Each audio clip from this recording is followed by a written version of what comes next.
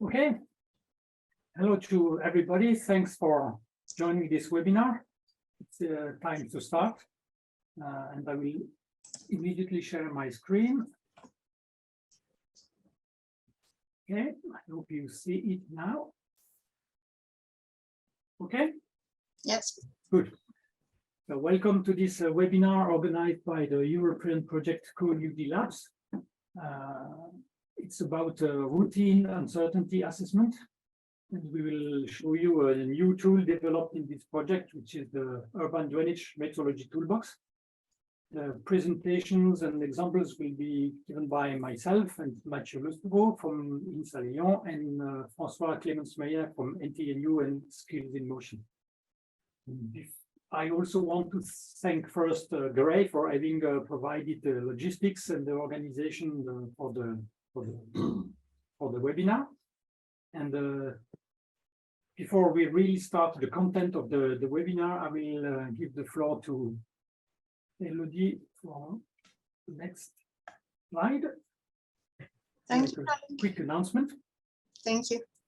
I think you will present the objective of Co-UDlabs project at the end of the webinar, but I wanted to make a little focus on Novatech conference. Novatech will take place in Lyon from the 3rd to the 7th of July and is focused on stormwater management. So it's a real good opportunity to have an overview of practices in cities in terms of stormwater management strategies on urban planning and the development and the new technologies. And we learn also a lot about the latest technical solution, integrating the new research results from all over the world, as you can see on the slides, because we have 29 countries present at the conference, 220 communication, posters and oral presentation, and we expect 500 attendees that all are very interesting. Co-UDlabs partners will be very active in the conference because they propose you a workshop on Monday, 3rd of July on the proposal of Co-UDlabs project and the expectation of partners. They will present some results during the conferences, and there will be also at the disposal of everybody to exchange on ideas and build new collaboration. So I hope to welcome you in a few weeks to exchange with us and to complete the information received today with the webinar. So thanks to be with us and thanks for your interest. Thank you, Jean-Luc. Okay, thank you, Elodie. Yes. So welcome again to this webinar. This is the number of last Friday. You were 80 registered participants, and a few other ones have registered during the weekend. So we hope most of them will join, because we have seen during the last year that there is always a difference between registered participants and present participants during webinar. And so large part are from Europe, but the other ones are from east to west, from Australia to the US and Canada. So it's I'm very happy to attract so many people from all over the world. And as you can see on this figure, 60% are people working in public research, more or less academics, and the other 40% are working in municipalities, consulting companies, industry, and so on. So we are happy to have all of you today. The program, we are doing this welcome and introduction. Then François will give a presentation about the importance of uncertainty assessment in urban drainage monitoring, why it's important, why it should be done more systematically in the future. And after this short keynote, I will give a short lecture about the main methods and the principles applied in the metrology toolbox we will present later on. So the idea is that we don't invite people to use the toolbox as a black box, but we will let you know what are the methods which are implemented in the toolbox, and how they work. After this short lecture, Mathieu will introduce you to the toolbox, how it works, the user interface, and so on. Then it's necessary, we will have a coffee break, 15 minutes. And then Mathieu and I will show you some examples of application of the toolbox. We will conclude the webinar with all your questions and answers we can provide and having some concluding remarks. Of course, during all the presentations, you are invited, if you have questions, to write them in the chat. And Laetitia from Gray will keep track of them. And after each presentation, we will answer all these questions. And if everything is clear, I think we can start now. So I will stop my sharing and Mathieu, Francois, it's up to you now. Thank you. Thank you. Try to share my screen. Let's see if that works. I got a bit too many screens open, I guess. Wait a moment. All right. Okay, can you see my screen as it is? Yeah, okay. Okay, well, I hope I'm really not going to tell anybody anything new, but just to be sure, we would like to go into the reason for measuring and the reason for appreciating that there's uncertainty in measurements. So I would briefly go into the reasons why to monitor urban drainage systems in the first place. Then I will briefly assess the origin of the uncertainty and how to avoid systematic errors. And then maybe a strange... François, Sorry, yes? sorry for interruption. Could you switch to the presentation mode? Maybe that's not what we see. Maybe you have a double screen or something. I have a double screen indeed, yes. Yeah. That's the reason. Okay. Okay, I will restart then. Sorry. Okay, so I would like to go with you into the reasons why to monitor. And that may seem a bit strange, but what I do here quite a lot in practice is that people have the idea, okay, monitoring is very costly and you get even unexpected results from them. And I guess that's a mistake. And I will briefly go into examples that really are beneficial for monitoring in operating these systems.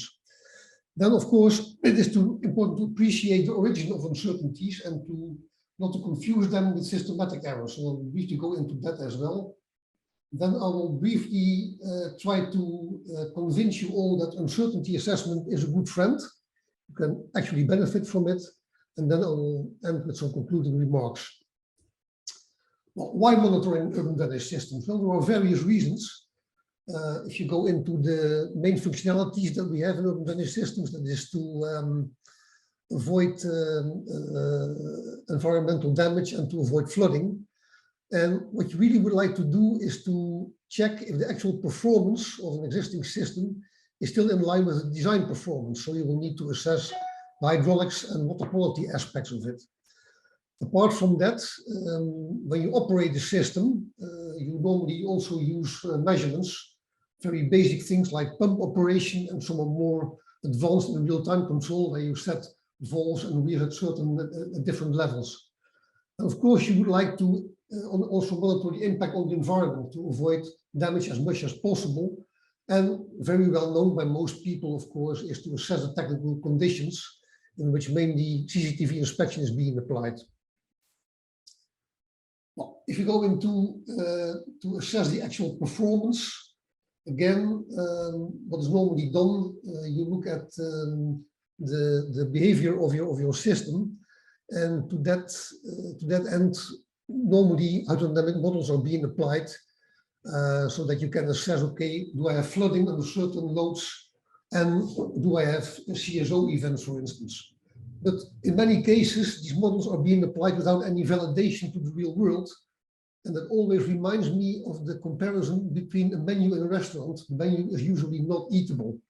And a model is only a reflection of what is real. So we would like to have it more or less in line with reality. And as you all may know or can understand, that there are always some unexpected issues that will influence our own performance that are not taken into account in modeling. For instance, got the example of fat deposits in siphons that reduce the hydraulic capacity tremendously.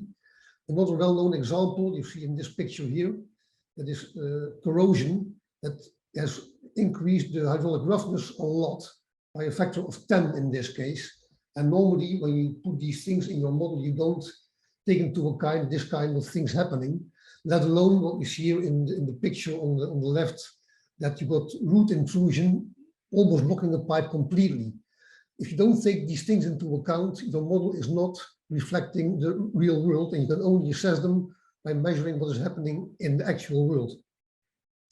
So what you could do in using measurement, suppose you do a measurement operation on the system measurement project, and you calibrate a model to it. Now, then the model can be made as accurate as is achievable. And in this case, we are in line to say plus or minus 25 centimeters, which is practically achievable nowadays.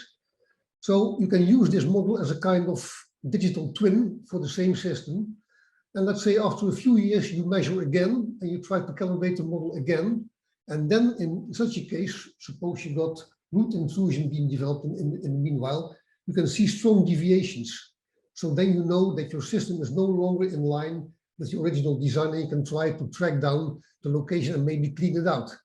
So that could be a good use of measuring and modeling as a kind of twin in assessing the performance of your system. Another example is in measuring is pump operation. This is an example that we did a few years ago using a camera, and with some advanced methods, algorithms are freely available on the internet nowadays. You can assess the location of dead locations in your pump sump, and you can make a redesign to avoid locations where water is stagnant, which will be prone to accumulation of solids. You could also use the same camera data for measuring the water level. And these things are nowadays possible, and I guess they should be used to good end nowadays. Another example of monitoring is the formation of fog layers. You can see here a small movie. And why is this important? You can imagine that if you got your pump sump completely blocked by fat or debris, then you could not assess the presence of hazardous gases like H2S. And that could create a very dangerous situation when people enter this pump sump and disturb the layer, emitting gases. So what you could do with this camera system is to check on a regular basis, okay, do we have still free water surface? So I'm sure that if I got poisonous gases, I can measure them. This is another example of how to use this to a good effect. You can imagine you got a pump sump in which you got water entering from this side, and you got several pumps in line. Then by changing the order in which you switch on and switch off pumps, you could effectively disturb the formation of these fog layers, which you can see here. You can see in this graph, you can see that we got a typical combination of pumps, namely pump 1, 2, and 3 being used. And we see the formation of big amounts of fog during rain events. And then we switch the order of the pumps differently, namely pump 2, 3, 4, and 5. And we can see that we disturb the formation of the fog layer tremendously. So this can actually help you to online optimize the operation of your pump sump and avoiding problems with, for instance, pumps getting stuck. So this might also reduce the number of malfunctioning of your pumping systems. And of course, the environmental impact, very well known. And monitoring here is often related to legislation. And well, obviously, CSO events serve as the default example of this. Monitoring their occurrence is being done in many countries, and they can help to identify and maybe potentially even correct for design flaws or poor management. For instance, if you got frequent occurrence of CSO events during dry periods, probably there is something wrong with either your real-time control system or your pump operation. So these things can help to optimize the operation and minimize the environmental impact of these systems. Another example, which is, I guess, also quite well known, that's the environmental impact of illicit connections, because you only need a few percent of wastewater discharges into a storm system to have a tremendous environmental impact. And using distributed temperature sensing, as this is here, you can locate where these discharges take place. I won't go into any detail. I guess the literature is quite well known, but this can be quite effective in reducing environmental impact of illicit connections. Then the origin of uncertainty in measurements. You have to realize that monitoring in urban drainage was very difficult up to, take or leave, 10 years ago, because you are operating in a very unfriendly environment. In general, electronics and water are not the best friends, and these things were quite expensive, the sensing systems. Well, we've seen quite some development over the past 2 decades in sensor technology, also IT systems and data communication, which has made it feasible to start measuring. Nevertheless, these systems are, and I mean systems that is more than just a sensor, are quite sensitive to variation in conditions under which they have to operate. For instance, the variation in temperature, or quite important in the field, the presence of electromagnetic fields that can disturb your sensing system a lot, and these will introduce uncertainty or noise in your measurements.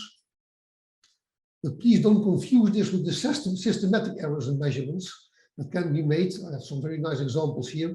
For instance, in the picture on the left below, somebody placed a rain gauge under a tree. Well, you can imagine that the rain events were not that heavy according to this sensor, so it was a systematic error. The most terrible thing that can happen to you is vandalism, and here's an example on the right below. That is a so-called ideal setup for a rain gauge, but due to vandalism, somebody put small stones in the rain gauge itself, so it trickled down quite slowly. So we have also systematically wrong measurements. So it has many aspects that you need to look after when you start measuring. Very simple errors can be made. For instance, when you are converting milliampere to meters and use a wrong scaling factor, you have also a systematic error in your end result. And well, these things, they can only be avoided by deploying trained personnel. So it is really a specialism that asks for attention in your organization when you start monitoring. Well, the notion of the presence of uncertainty is quite important, and it can help you to have certainty in making decisions and avoiding possibly costly errors. For instance, if you are in a position to formulate legislation, we had an example a few years ago that somebody proposed to demand the volume of CSO events to be measured within a maximum uncertainty of 5%. Well, this is basically pointless, because in practice this cannot, or at very high cost, only be realized. I'll give you a small example. You can measure the discharge over a wheel at about 10% accuracy, provided you calibrate it, and then you will spend about 10 to 20,000 euros per location, and then it's going to be a bit of a costly thing. For instance, in the Netherlands, we got 15,000 CSOs, so the amount of money will be tremendous. So if you formulate legislation, be realistic in your demands, and nowadays I would say a 95% uncertainty interval of 20 to 25% would be doable.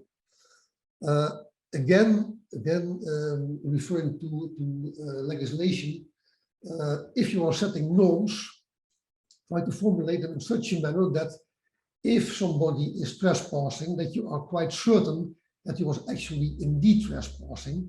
Compare it to when you're being fined for speeding on the highway. If you dive a little bit deeper in this legislation in many countries, it's formulated in such a manner that, combined with the allowed measure of uncertainty in the sensing system and the demands being put on regular and systematic calibration of the instrument and the use of trained personnel, you should reduce the probability that you are not speeding can be neglected to, let's say, less than 0.05%. So that if somebody is fined, well, can be pretty sure he was indeed speeding, and you should transfer the same notion when formulating legislation. Another very important thing in using uncertainty assessment is when you're going to judge a redesign. Suppose that you are indeed having issues with flooding in your system and you use measurements and this digital twin to reformulate a new design for your system, then be sure that you need to redesign, because possibly cleaning out your system would get the performance at the design level already, which would cost you less money, of course. And I'll give you another example of using uncertainty when you are going to make an interpretation of monitoring data and extracting information from them. The situation was this: it was in the lawsuit, and luckily this passed about 15 years ago, so I can talk about it now freely. But the question was raised whether or not the groundwater level in a given street was lowered by infiltration of groundwater into the sewer system due to neglected maintenance. And you can imagine this caused a huge amount of damage to at least 10 houses. So the municipality was not very eager to say, yes, we are wrong. But luckily, a detailed CCTV inspection has been performed quite recently in that case, and the results have been checked by 2 independent inspectors, so systematic errors could be excluded. Well, you can't exclude anything for 100%, but we were pretty sure that the data were correct. What is very important here, that when you assess CCTV data, you normally go the standardized way of assessing this. So you put a code to a displaced joint, you put a code to infiltrating groundwater, etc., etc., etc. Well, in this report from this inspection, there were absolutely no hints that infiltration would take place here. There were no cracks, no displaced joints, no holes, etc. But what was a bit strange, that in the street that we were discussing about, there were 18 house connections. And from these 18, 15 discharged water into the sewer while inspecting, and it was not raining at the moment and didn't have rain for a week. So you could pose the question, this is normally what you see. So you see water coming out of a house connection, and normally people think, okay, somebody is discharging. But when you realize that the amount of time that you are discharging water from your house is only is only 2%. So it is about half an hour per day. And then if you ask the question, what is the probability that 15 out of 18 houses is discharging at the same time? If you make the calculation, that is very, very small. And you can see here, this is the number of discharges observed versus the probability of occurrence. Well, that nobody would be discharging, the probability would be about 0.7. And for 15, it would be something like 10 to the minus 22. So quite uncertain. Even worse, even if you would discharge 20% of the time, so it would be around 5 hours per day, still the probability of 15 houses discharging out of 18 would be something in the order of 1 in 10 million. And so this was a reason for the judge indeed to agree, well, there is something different going on here. And indeed, it turned out to be that all these house connections were damaged. And so the municipality in this case lost the lawsuit, which is a nice example how to use a notion of uncertainty in making an analysis of data. So now I come to the concluding remarks. Indeed, large-scale monitoring has become a possibility over the last decade in urban drainage systems. And this is due to robust sensor technology and affordable sensor technology. And of course, also the involvement in IT technology and the availability of cheap components is very important. There are some very nice recent publications on the use of Arduino technology in urban drainage, which is still a little bit in the scientific community, but I'm pretty sure these will be transferred soon into practice. A further very important issue is that the need for monitoring will be increasing because we are faced with strongly changing conditions, obviously climate change, but also the increase in urban population. So the load on these systems will increase. So we need to be more efficient in their use. That implies that we should be more aware of their actual capabilities, which implies that we should, apart from modeling, also use observations on how to manage these systems optimally. The use of the notion of present uncertainty is quite essential to avoid making wrong decisions.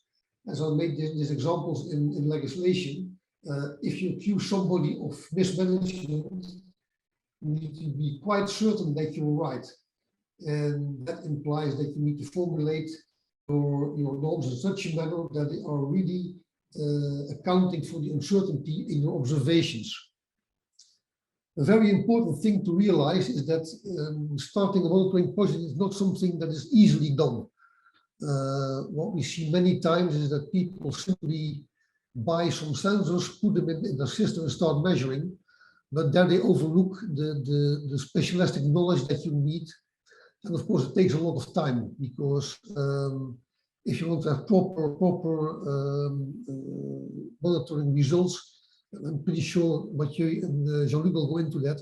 You need a regular calibration of your sensors, otherwise it is unusable, and this asks for quite some time. To give you a small idea, if you put a simple monitoring system together for a small catchment, let's say 10 or 20 sensors, it'll take you about half a man-year to do so. That really operational, and then you need also to assess the results on a regular basis and validate your results. Okay, I'll leave it here. The best floor is to Jean-Luc again.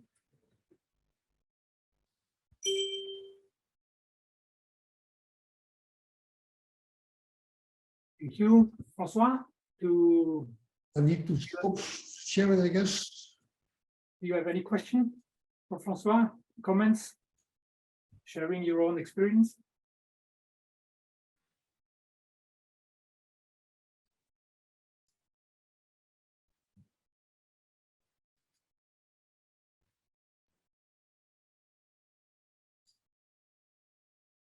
No, I guess everything was quite obvious because these things people know, I guess, I hope.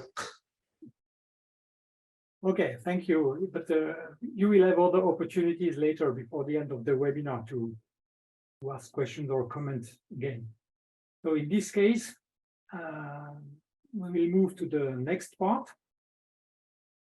which is the basics, concepts, methods, equations behind uncertainty assessment. And I will briefly introduce the methods we use in the Urban Drainage Metrology Toolbox.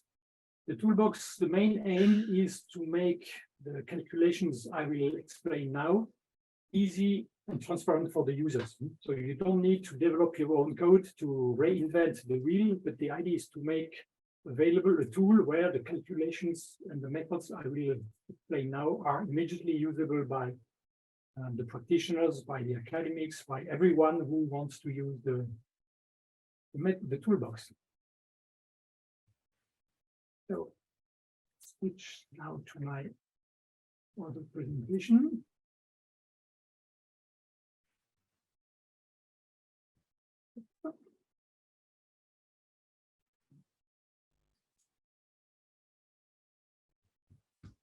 Okay, so I like to start with this citation from Francis Bacon. He was a philosopher of the 16th century, more or less a contemporary of the French guy René Descartes. And he wrote a book, The Advancement of Learning, how to make progress in knowledge, in science, and in research. And he wrote a complete book on this topic. And I like this sentence that, so in contemplation, in this time, the English word contemplation means development of science.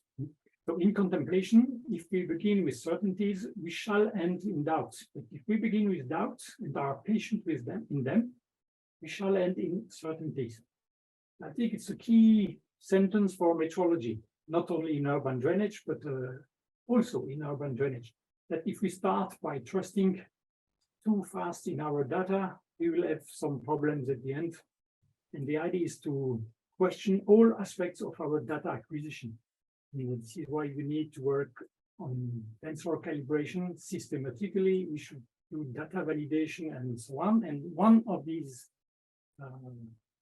parts of the analysis and criticisms of our data is uncertainty assessment. And this is what I will explain now.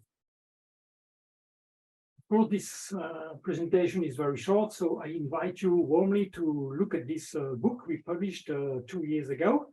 This is an open access book, so you don't need to buy it. You can download it for free on the internet, and you will have the slides later on, and you will have the link. You can have time to use it.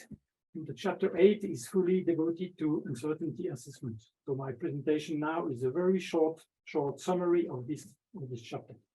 And this chapter really contains the details of all the methods with lots of step-by-step commented examples. So it's a kind of teaching chapter, and I invite you to have a look if you are not already well aware with uncertainty assessment. And of course, my presentation also aims to introduce the topic to non-very familiar people. So this is the direct link to this chapter. You will have the information later on again. So in this few minutes, I will use the terminology developed in the international vocabulary of metrology, and it helps to speak with the same words about the same concepts. The first one is the measurement. The measurement is the quantity I am interested in. So if I take this pen, I am interested in the length. So what is the length of the pen? And the length L of the pen is the measurement. And we should have a first assumption that the true quantity value, the true length of this pen will always be unknown. And each time I will measure with an instrument the length of the pen, I will have a measurement result, which is the length L. And the length L I measure is not and is never the true quantity value. It's only an estimate of this unknown value. If I repeat the measurements in unchanged conditions means I am doing all the measurements myself with the same instrument. I take a measurement every, let's say, 10 seconds repeatedly. So all the conditions are the same instrument, same operator, same temperature, humidity, and so on. Conditions are unchanged. I will have a set of n estimates of the true quantity value from L1 to Ln. Reproducibility is measuring again the length of the pen n times, but with different users, different instruments under different conditions. So it's reproducibility. Of course, immediately you can perceive the fact that under reproducibility conditions, the dispersions of my estimates L1 to Ln will be wider than under repeatability condition, because the sources of errors and uncertainties are increasing. And the measurement error is simply the difference between the measurement result and the true or the reference value. But this is a concept. You can't give a number because the true value is unknown. So you cannot subtract an unknown value to a measurement result. So it's a concept that there is always a difference between what you have obtained thanks to your measurement and the true, or sometimes named reference value. And we have measurement error due to two main sources or two types of errors. There are systematic measurement errors. These ones can be corrected if you calibrate the sensors and the instruments you use. So the rule number one is never use an instrument or a sensor which has not been previously calibrated. This is the main source of systematic measurement error. Once your instrument has been calibrated and you use it, you will still have some errors, but they are random. They change from measurements to another one. And these random measurement error are the key points in uncertainty assessment. In the international vocabulary of metrology, there are also other keywords. The first one is accuracy. And I've copied the definition of the international standard. The accuracy is the closeness of agreement between a measured quantity value and the true value. So how close you are to the true value. So if you are accurate, your measurement error is very low. But again, it's a difference between the measured value and the true quantity, which is unknown. So accuracy in itself is also not quantifiable. The measurement trueness is the difference between the reference value again and an infinite number of replicated or repeated measurements. So if you repeat 10 times, 100 times, thousands of times the same measurements, you take the mean and you can compare this mean to the true value. And if you are close to the true value, the reference value, you have a measurement with high level of trueness. And the last term, the last word is precision. And precision is how close successive measurements are to each other. So if you take 10 measurements and if they are very close to each other, they are very precise. But they can be close to each other and far from the true value. These concepts are illustrated with these famous examples. I've not invented these cases, but I like it. So someone is playing with darts, and you have a target, and assume the true value is 10. So this is the first player. The second player is playing like that. So he is, and the third one is playing in this mode. And then you have the last one. So if you look at the first player, you have a high accuracy because each value is very close to the true value. Each measurement is close to the true value. You have trueness because I have shown only 10 points, but if you do more and more, the mean value is exactly 10. So you are you have a high level of trueness. And of course, you have a high precision because the 10 darts are very close to each other. When you look at the second player, it's inaccurate. Each value is far from the true value. You have no trueness because if you make a lot of measurements, of repeated measurements, take the mean itself is far from the true value. But you have a high precision because repeatedly you have more or less the same value at the end, something around 6, 7. But 6, 7 is far from 10. The third player has lots of problems, is inaccurate. Each value is far from 10. However, you have some trueness. The mean value is exactly 10 if you consider the exact locations of my points on the figure. But there is no precision. Your successive 10 values are highly dispersed. And the fourth player has all defaults. It's inaccurate, no trueness, and no precision. In the first case here, if you play with a calibrated sensor, this is what we expect. The second case can be illustrated by something where you have a systematic error. And this can be corrected by calibrating your sensor first. In the third case, this is the unique case where repeating the measurements and calculating the mean will give you a high quality measurement. But in the third case, you see that you have this defect of calibration. So even if you repeat the measurements thousands of times, the mean will always remain far from the true value. You have no hope to improve anything just by repeating your measurements. So this very simple figure is a way to illustrate the concept behind the words.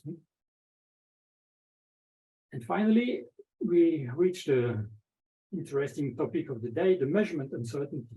The uncertainty is a way to estimate the dispersion of the quantity values being attributed to a measurement. And it's based on a probabilistic approach. And we have uncertainties due to many sources.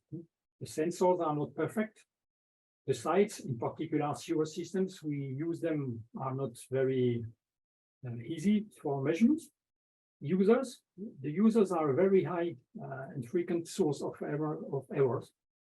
The measurement conditions, temperature, humidity, and so on, pressure. So all the conditions of the measurements lead to uncertainties. And the idea is to correct the systematic errors by calibration and to estimate the remaining unavoidable random errors. And the concepts in the international standards assume that we are interested in a measurement named uppercase X, which is a random variable. And each measurement result, small x, is an estimate of this variable. And we name Ux the standard uncertainty. And it's not exactly equivalent to the standard deviation, which has a very precise definition in statistics, but to some extent, you can assume, or as a first approach, that it can be equivalent to a standard deviation. Then we will work frequently with enlarged uncertainty. So you multiply the standard uncertainty by the enlargement factor Ke, and I will explain later on what it is. And this enlargement factor is used to estimate the coverage interval. In usual statistics, the name is confidence interval, but again, to make a difference between the pure statistics concept of confidence interval, in metrology, we speak about coverage interval. Globally, it's a similar meaning, which is an interval within which you have a given level of probability to find the true value of your measurement. And if you divide the enlarged uncertainty by the value of the measurement, you have the relative enlarged uncertainty. So you can estimate or give the value as a percentage of your measured value. So this is not new, but it was just to clarify the concepts and the notations we will use later on. Many things are based on the normal or Gaussian distribution, and I like this old Deutschmark banknote because you have the very smiling Friedrich Gauss, and you have the curve of the normal distribution, and very interesting because Gauss developed this concept, normal distribution, simultaneously with the maximum likelihood concept and the least square methods, and all these concepts are intricate. Just to remind some basic things about Gaussian distribution, here I have shown an example of the value. The mean value is 50, and standard deviation is 10.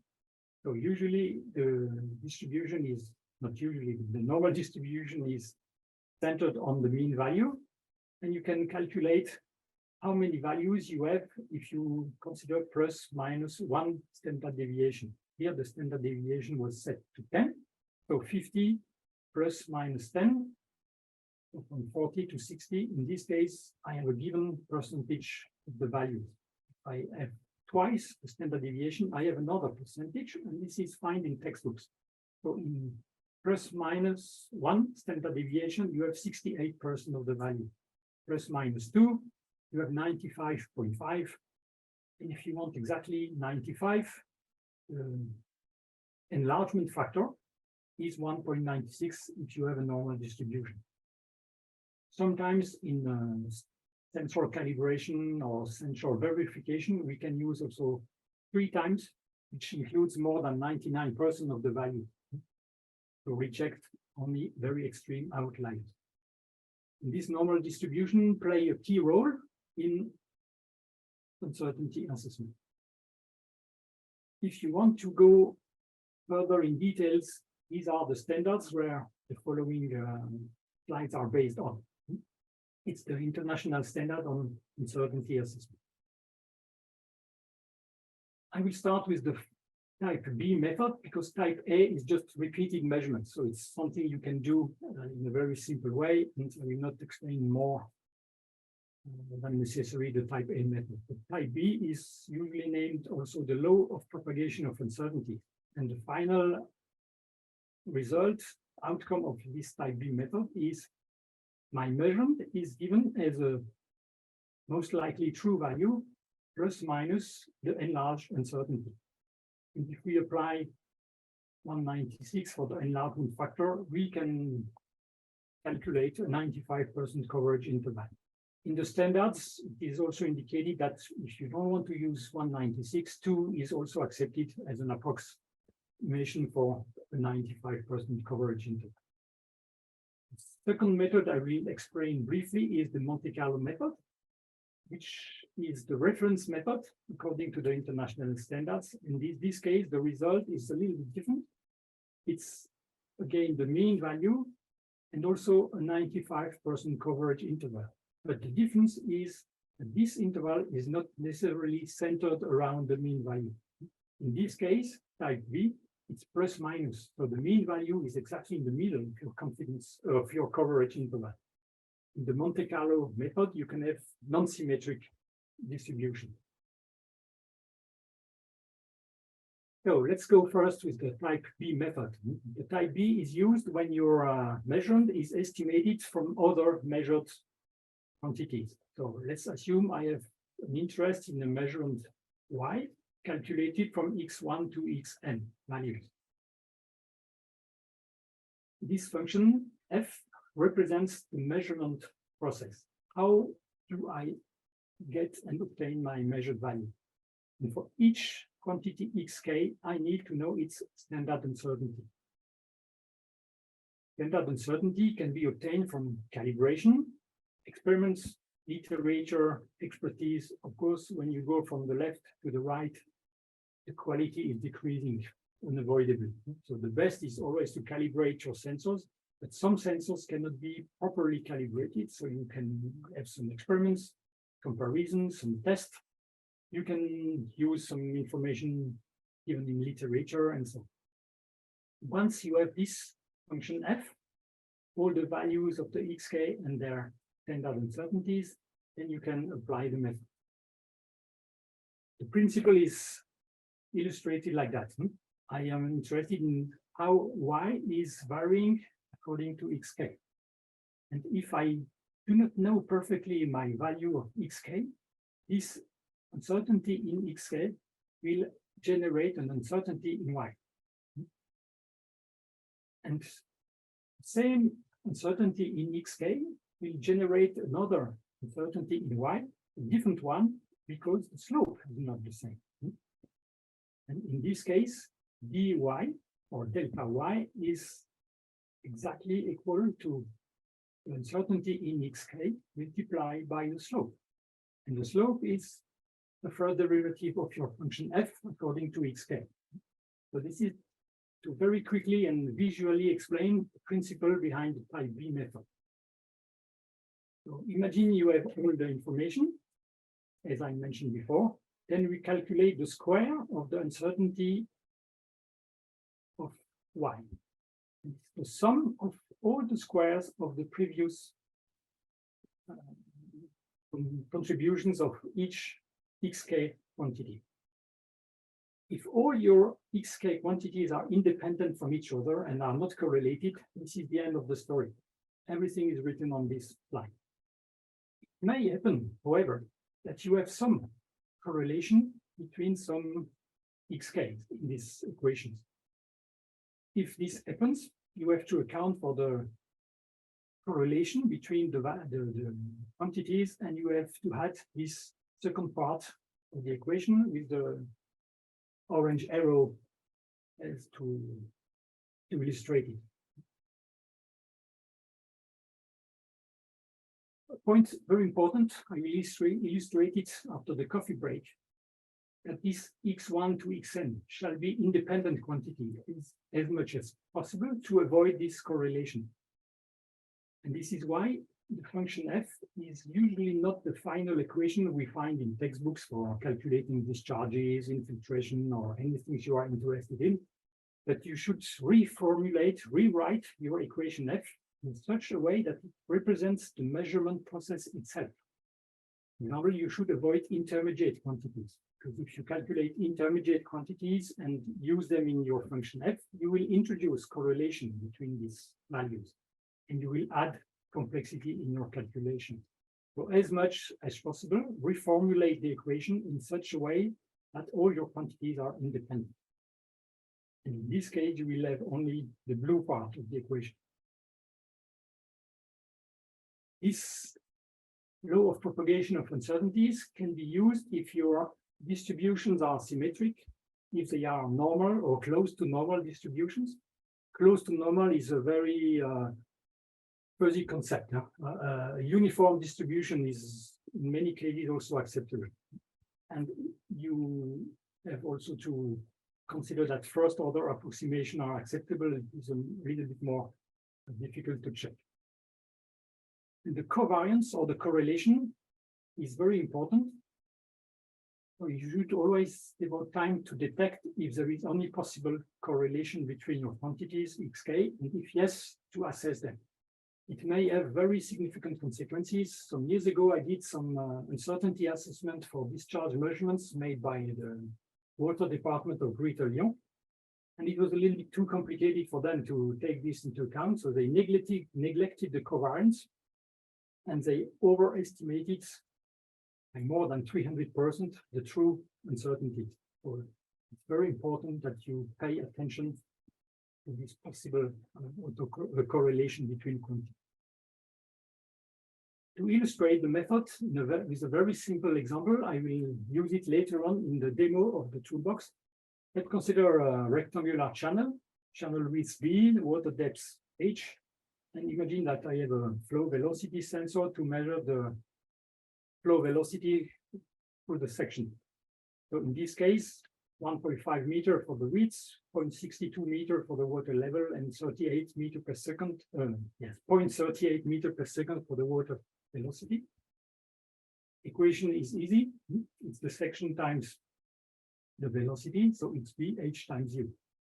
And if you calculate it, you find that the discharge is 350 liters per second. The next question is, what is the uncertainty in this discharge? This is my equation. I measure the channel width with a meter. I can measure the water level with, for example, an ultrasonic or a radar probe. And I measure the velocity with another probe. So the three sensor or the three instruments I am using for the measurements are independent. There is no correlation between these instruments and no correlation between the values I obtain for my three quantities. So in this case, I apply only the blue part of my equation, which is rewritten here. And in this case, the first derivatives are very easy to be calculated, and this is what you have. If you apply this formula, you need to know the values of the standard uncertainties in B, H, and U. Assume we have these numbers. So the width is known with standard uncertainty of 2 millimeters, the water level with 3 millimeters, and the velocity with 4 centimeters per second. In this case, you find that the standard uncertainty in the discharge is 0.0372 cubic meter per second. Remember, the discharge was 0.35. If you use an enlargement factor of 2 or 1.96, you can express the final result as the discharge is 0.35 plus minus 0.05 cubic meter per second.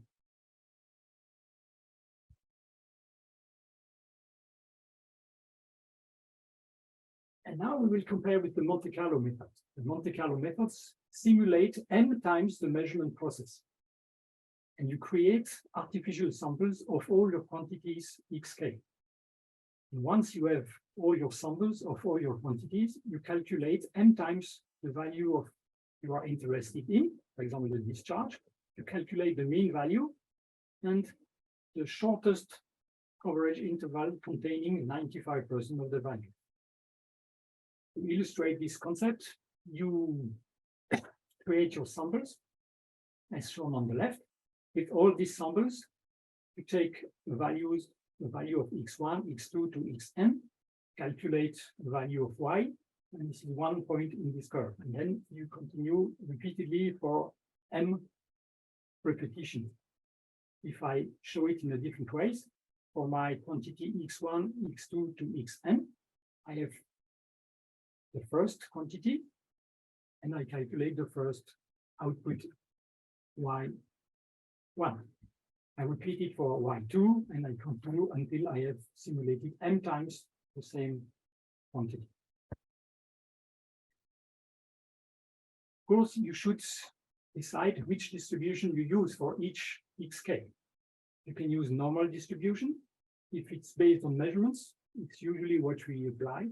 If it's based on something less accurate, you have more uncertainties, you can use uniform distribution, but potentially you can use any other theoretical distribution, log normal, exponential, anything you assume is relevant for your quantity. You can also use purely empirical distribution. The problem of correlation between quantities is still present in the Monte Carlo methods. But there are some methods. If your quantities are independent, it's very easy. You generate separately each sample. If you have covariance or correlation, you should use more sophisticated methods to generate correlated samples. In this figure, I have generated two samples, one uniform distribution and one normal distribution, and both are correlated with a correlation coefficient of 0.3 something. So there are methods to generate such correlated samples. Next question is the size. How many values should I include? The basic value to start is 1 million. It's an order of magnitude. Usually it's enough, but it's always important that you check that it's really enough. In the standards, in the international standards, they recommend a more iterative approach, but it's more demanding in terms of computations. So it's not necessarily the best way to implement the method.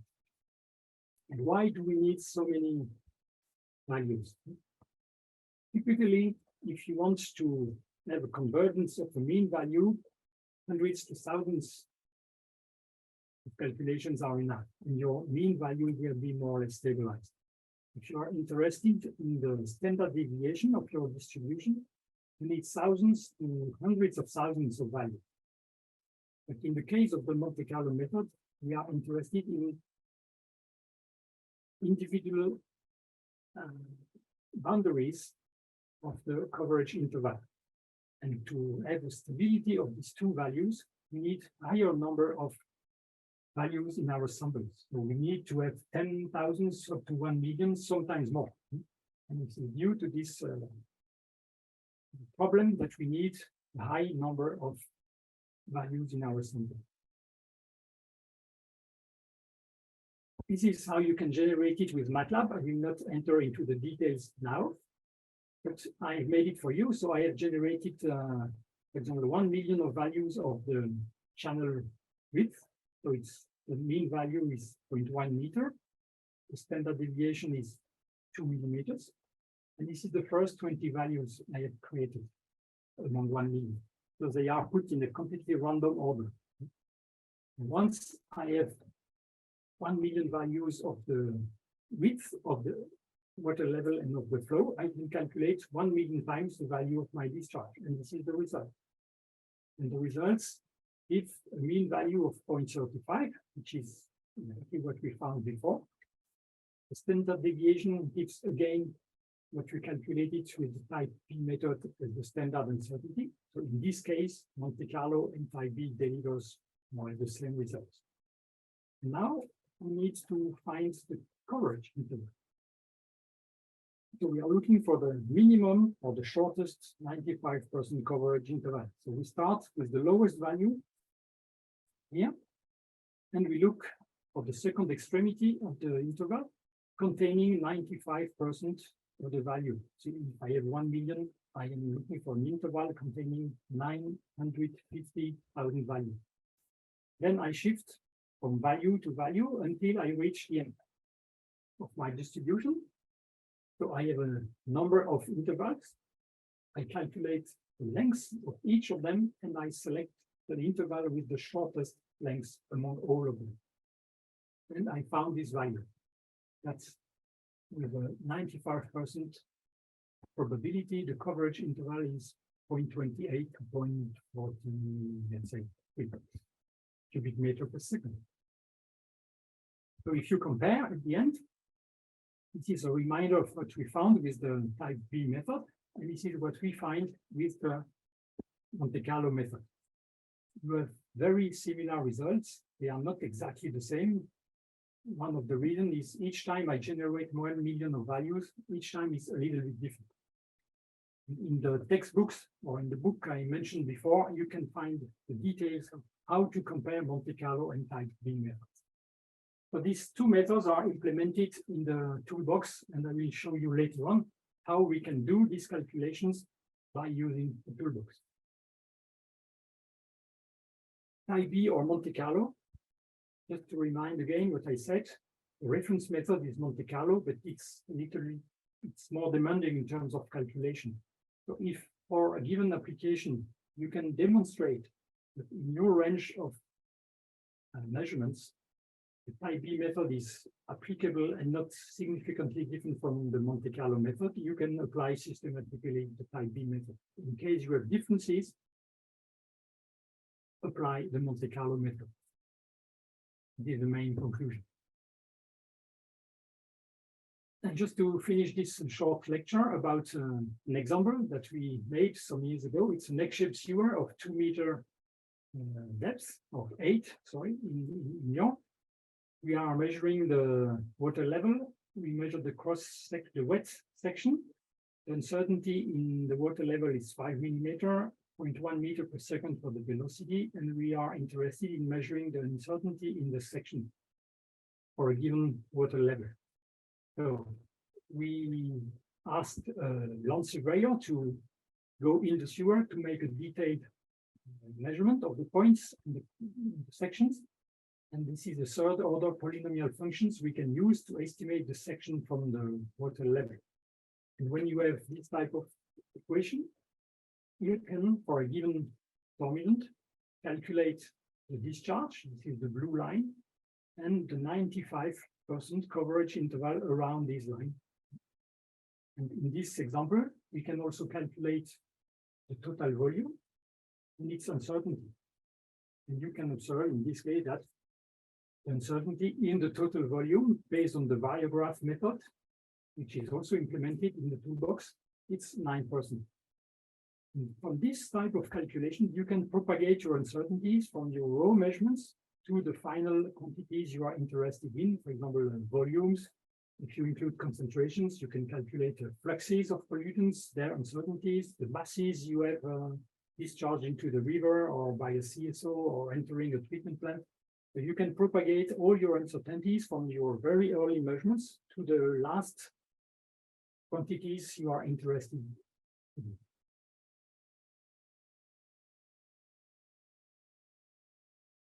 Okay, that was the end of my presentation. I don't know if you have any questions.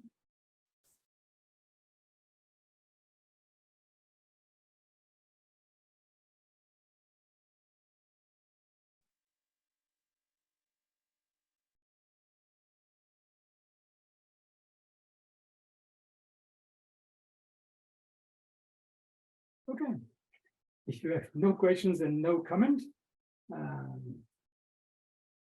now you know the methods we use behind. Of course, the interest of the toolbox is to not recode them, but to apply them. So Mathieu can introduce now the toolbox itself. Okay, did you see my screen? Yeah. Yeah, good. Okay. Hello, everyone. So after the introduction of Jean-Luc and François about uncertainty and the methods behind, I just want to introduce you the Urban Drainage Metrology Toolbox we have encoded and we put online a few months ago. It's basically a toolbox which is freely accessible, that everyone can use to conduct all the kind of methods you can see in the book or that has been introduced earlier in the webinar today. So that just, a website you can go and you can conduct different calculations on different topics, and I will go a bit more inside them right now. Up. Is my slide working? Okay. So you can use it for free for the time being. It's only online, but we face a couple of issues when we got too many people connected at the same time. So in the next release, you will have the opportunity to download this application directly on the website.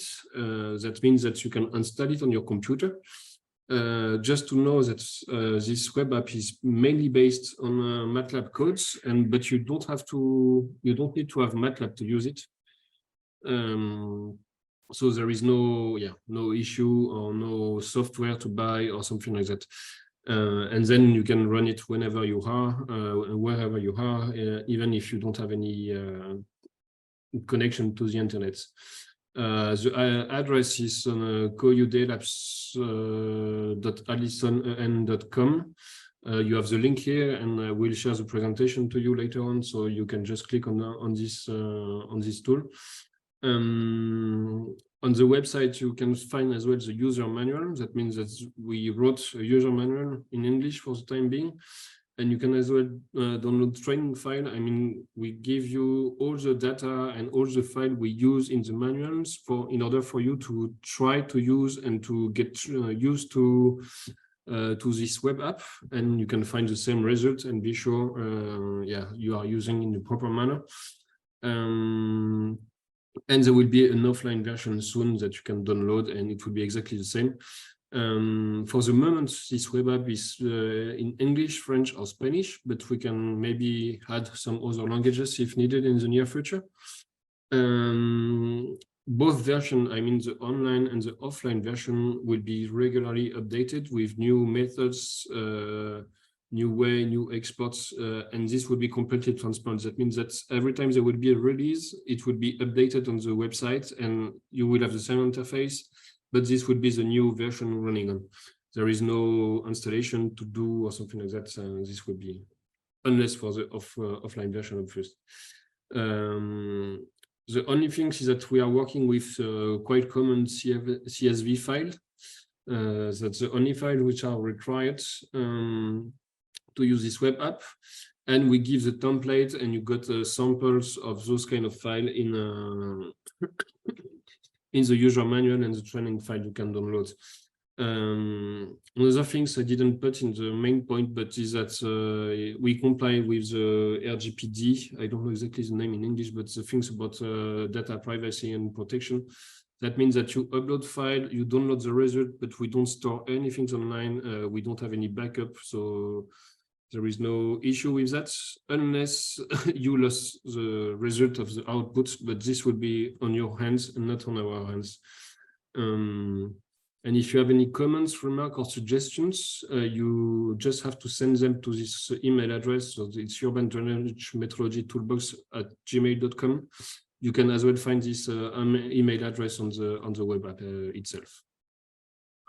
So if you go further into the details, so I would just go back maybe there. We got 5 different functions. The first one is for sensor calibration or correlation. The things we have been discussed a bit earlier. If you need to calibrate the water level sensors, or if you need to make a correlation between some turbidity measurements and TSS concentration and so on. So that's the first toolbox to be able to calculate to make calculation on those functions. The second step is obviously to take raw data from time series, use the calibration or correlation function output, and then correct your data to get the true data. This is the second block. We got a third block, which is the main of interest today. It's uncertainty assessment, and I will go a bit more into detail on this one. A fourth toolbox on data validation for time series, and a fifth one about tracing experiments that I will show just an example after the coffee break. So basically here, if you click on the button sensor calibration and correlation functions, so you just end up to this new page where you can import data, so that the CSV file with, according to the template we gave. And then you can select your methods.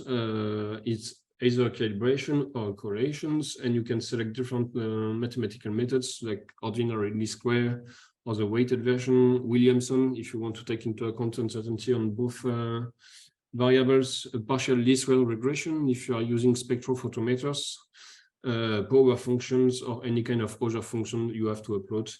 you can force the function to 0, and then you can select, if you are using methods that imply Monte Carlo simulations, the number of Monte Carlo simulations with a minimal of 1000, I think. Sensor calibration, correlation, correction, that's the second toolbox basically. So you just have to import time series, the function data, which is basically the output of the first of the previous slide and the previous toolbox, and the site offset. I mean, if, for example, you got a piezometric sensor which is 5 centimeters above the invert level of the pipe, you have to add 5 centimeters to get your real water level measurements. And then you click on data conversions, and you will have your corrected time series according to the raw time series you put, the function data we calculate before, and the site offsets you have to know.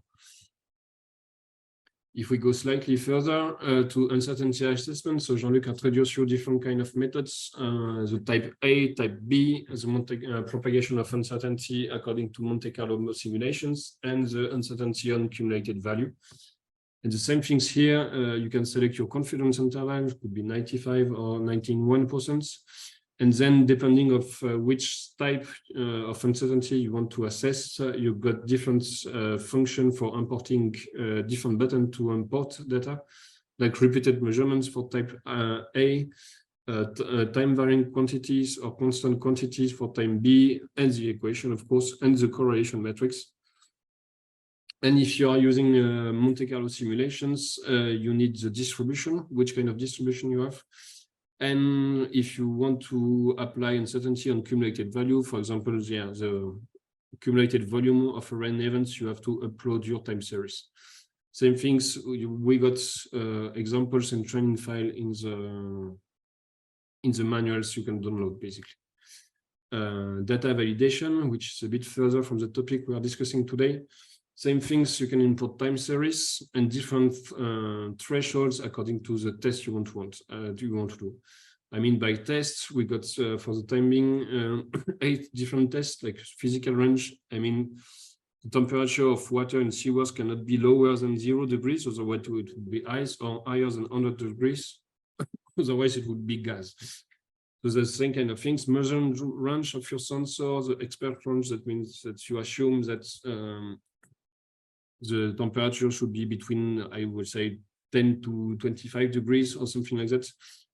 So for each test, basically, you got thresholds, and you need to upload the thresholds in the second button up here. And you can have as well a redundancy matrix. I mean, if you have upload a raw file of time series, and you got 2 or 3 different water level sensor measuring the water level at the same location. So you have redundancy between sensor, and we have some tests as well to check that all the sensors are consistent between each other or not. And as well, the uncertainty matrix, where you would say that, okay, this column basically is representing the uncertainty of this time series of the real value. Then you can select concatenation methods. That means that for each test, we'll have an output. Is the value good? Is it bad? Or is it doubtful?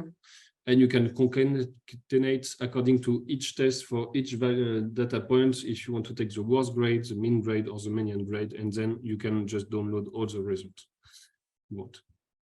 And the last methods and the last things is tracing experiments. If you want to know a bit more, or if you want to check flow meters that has been set up in situ, sometimes it's a bit hard to, we don't have any calibration discharge basically in the field. So you can use tracing experiments. I would just introduce the methods a bit later on after the coffee break. And then same things, you upload the background noise before the peak, you import the peak, and you have to, and then the background noise after the peak, and then you need to upload the calibration data, which basically could be the correlation between conductivity and concentration of salt, for example. You set up the time step, and then you had all your injection data, I mean the volumes, the concentrations, or the discharge, if you want to run some continuous discharge tracing experiments. You click on calculate, and you got the output of the discharge with its standard uncertainty.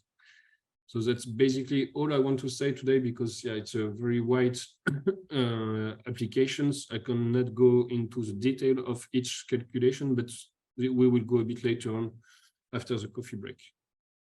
If you have any questions, just let us know or write in the chat.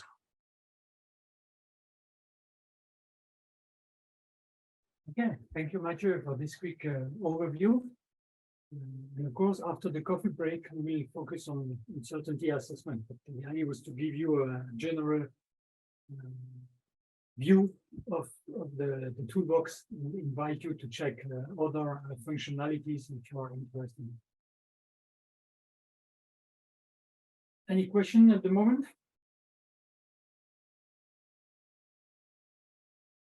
Comment? Not.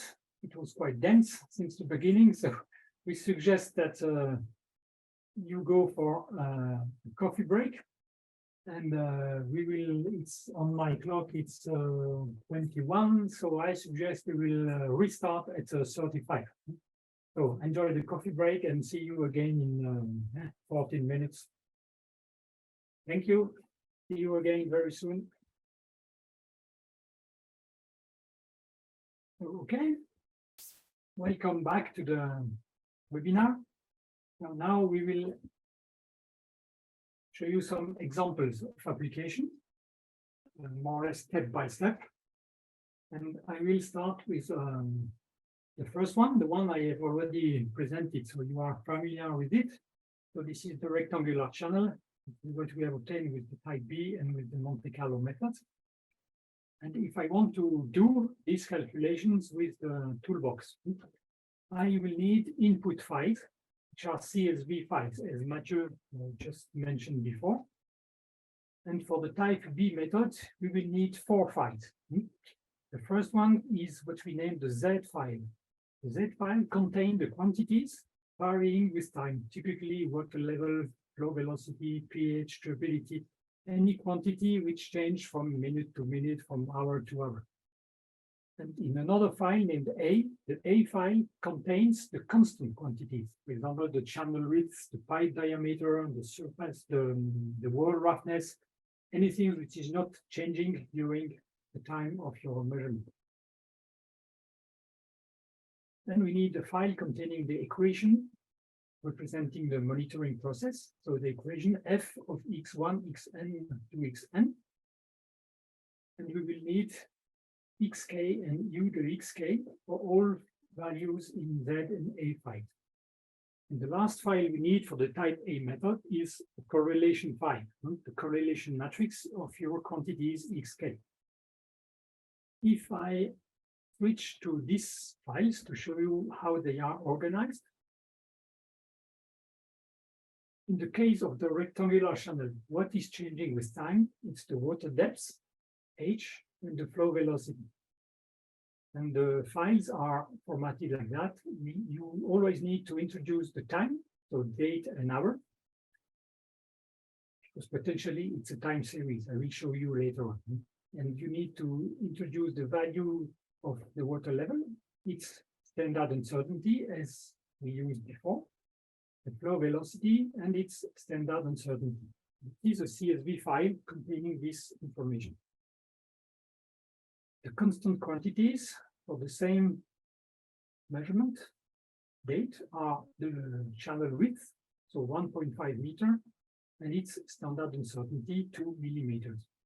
This information is given in this file. The equation, another file.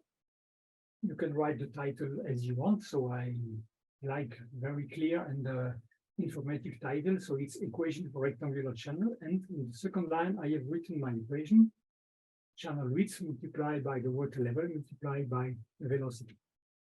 In the user manual of the toolbox, you have a special section devoted how to write your equation in a way which is understandable by the toolbox. So you need to apply some basic rules which are explaining details, and I have no time to explain all these rules right now, but this is not very complicated. It's very similar to what you use in MATLAB or in other computing language. And the last file we need to apply the type B method is the matrix of correlation. So if you remember, we have the water level, the flow velocity, and the bed width. And they are not correlated because the instruments we use to measure each of these quantity are different and not correlated to each other.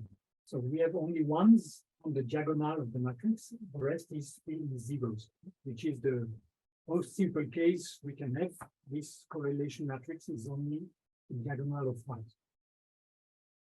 So you have seen the files. Now let's use the toolbox. This is the screen Mathieu has shown you. So if I click on uncertainty assessment, I have a new window opening, uncertainty assessment. That's what I wanted, it's perfect. And if I want to apply the type B method, I select it. So selection of propagation of uncertainties is type B. I will use the default values for the coverage interval, which is a probability of 95%. If you want, you can have the option of 99, which is more exotic and unusual, but in some cases it can be interesting. So 95%. Now I need to provide the inputs.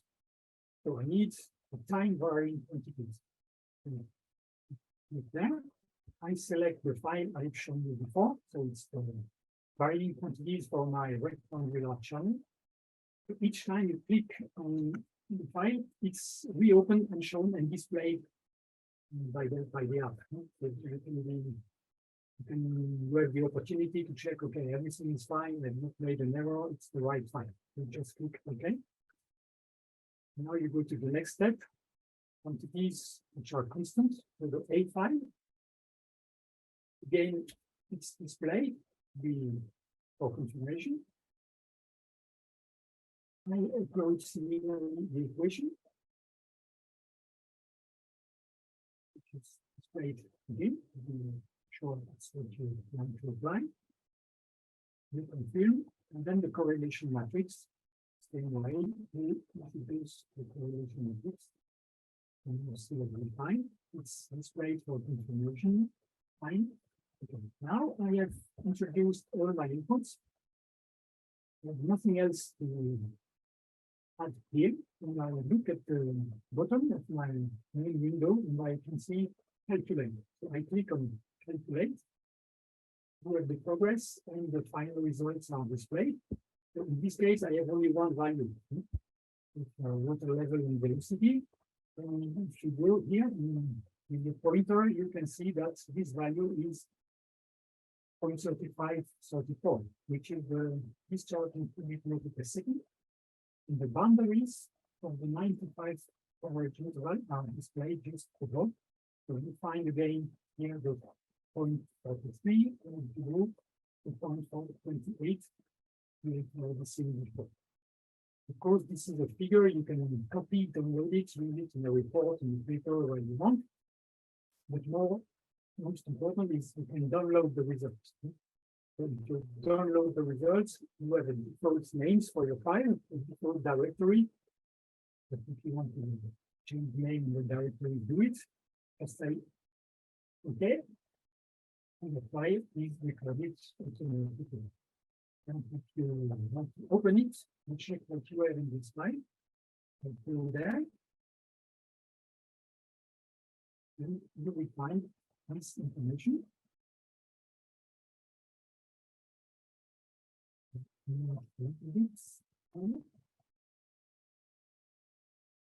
This file contains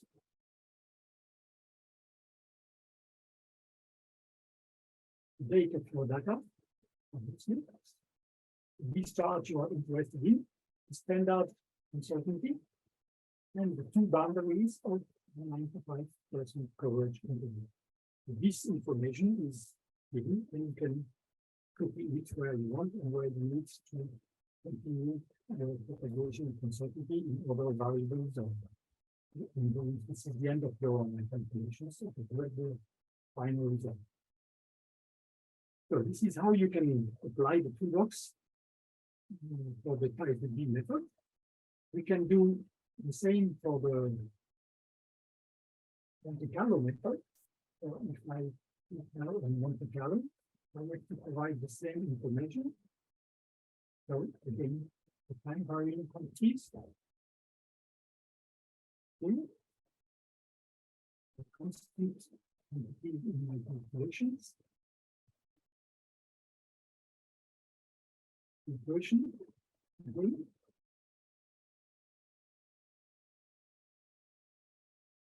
And correlation matrix, such as what's necessary for the Monte Carlo method. I need to indicate the size n of my distribution, the number of Monte Carlo simulations. The default values here is 1 million, as you can see here.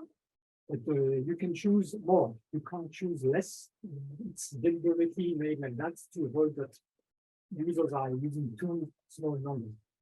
So let's keep a median of the default value, and I need to indicate what are my distributions for all my quantities.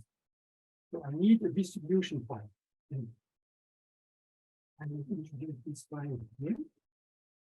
For the water level, the flow velocity, the channel width, I will apply normal distribution. So the code is written in the user manual. If you want to apply a normal distribution, choose 1. If you want a uniform distribution, choose 2, and so on. So I will apply normal distributions as written in these ones in my column for my 3 quantities. So I upload this file. Distribution. Here it's repeated. I can check, I validate. Everything is given. I click on calculate. Okay, 1 million calculation, but it's very fast. We have again the value.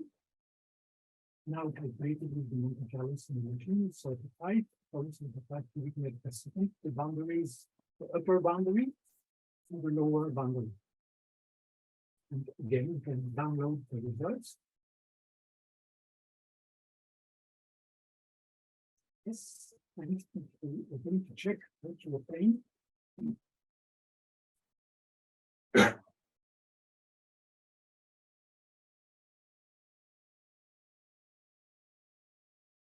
In this case of Monte Carlo, the results are given here. So you have again the discharge. For information, we keep the standards uncertainty, calculated as the standard deviation of my Monte Carlo distribution and the 2 boundaries of the 95% coverage interval. So now you have seen one example, the very basic one. This is always the same information you have to introduce as input. So you have to prepare your files. You have to prepare the information needed by Toolbox.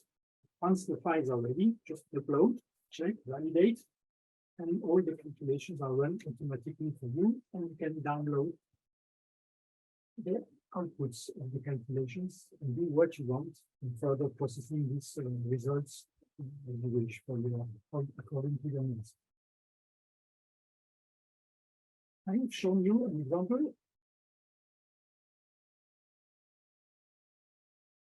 before, which goes for the rectangular channel. So I have shown you the files. We made the online demo. Imagine I have a time series now, not a single value. So I have introduced another file. Everything in the rectangular channel is unchanged, except that I have one value every 5 minutes for 1 hour. If I open this file,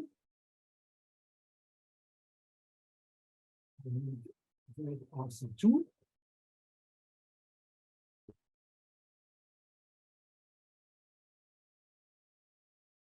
in this case, you see for different times, you have every 5 minutes for 1 hour. So in this case, it's 1 hour, but we work with 1 month, 1 year, 2 years. It's up to you. There is no limit except the memory capacity of your computer, the MATLAB behind, but you can run very long time series in one run. So this is why we also separated or distinguished the time varying quantities and the constant ones, because if you have 1 month of value every 5 minutes, you don't need to repeat for each 5 minutes the bed width, the pipe diameter, the roughness, and so on. This is why we have separated the 2 types of information. So in this case, over this hour, we have changes in the water depth, in the water velocity. We have kept standard uncertainties constant, so the range is relatively small. But if your sensor calibration indicates that your uncertainty is changing with the values, you can include this information in this file. So in this case,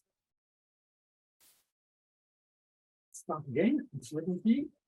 I will run, for example, the Monte Carlo, the time D method. So now my time varying quantity is my time series.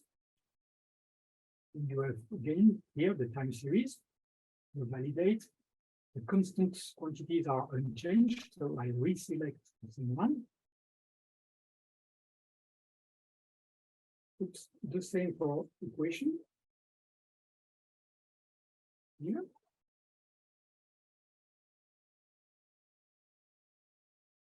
Okay, everything is correct, and the matrix correlation of correlation. Okay, validation. I calculate, and now I have the same way to display the results, except that I have the complete time series every 5 minutes for 1 hour with all the individual values. And if I download the results, I will have a very obvious file containing all the information I'm interested in.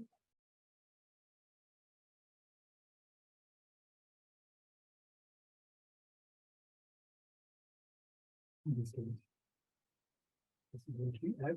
Okay, there are too many digits, but it's the key aspects to show.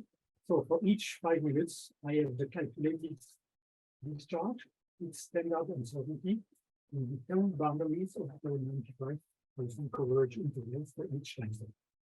And with this method, you can propagate your uncertainties over daily value, every 5 minutes or every minute, every day, every week, every month, as long as you need, and we can process very long time series in one simple calculation. That was my first example with a very simple calculation for this rectangular channel. If I switch to another one, a little bit more sophisticated to show you different aspects. It's no longer a discharge measurement, it's an infiltration measurement to estimate saturation hydraulic conductivity in meter per second. I have taken the raw data from a consulting company, and the principle is this one. You dig a hole in the ground. In this case, the trench is 1.2 meter long and 0.75 meter wide. The depth is 1.8 meter, and you fill it with a water level. The initial water level, and then you monitor the decrease of the water level in your trench. And based on this, you calculate the hydraulic conductivity according to this typical standard equation. And you see in this equation that the conductivity will depend on time t and the water level varying with time. The initial water level, which is 0, and another quantity C, which is the ratio between the surface of the water and the wetted perimeter. So the surface of water is the length of your trench multiplied by its width, and the wetted perimeter is the length plus the width multiplied by 2.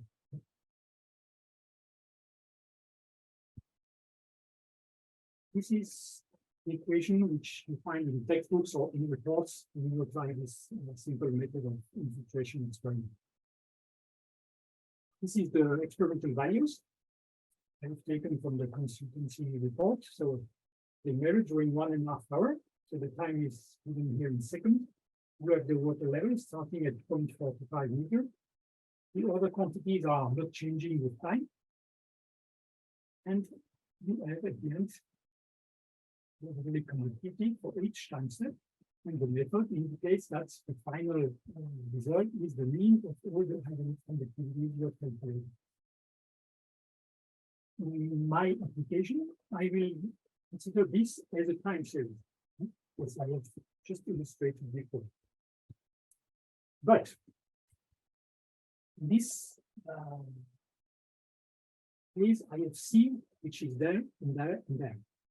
And you see that C appears 3 times, and C is not what you measure directly. What you measure directly is length, width, the water level at zero, and the time in the water level changing with time.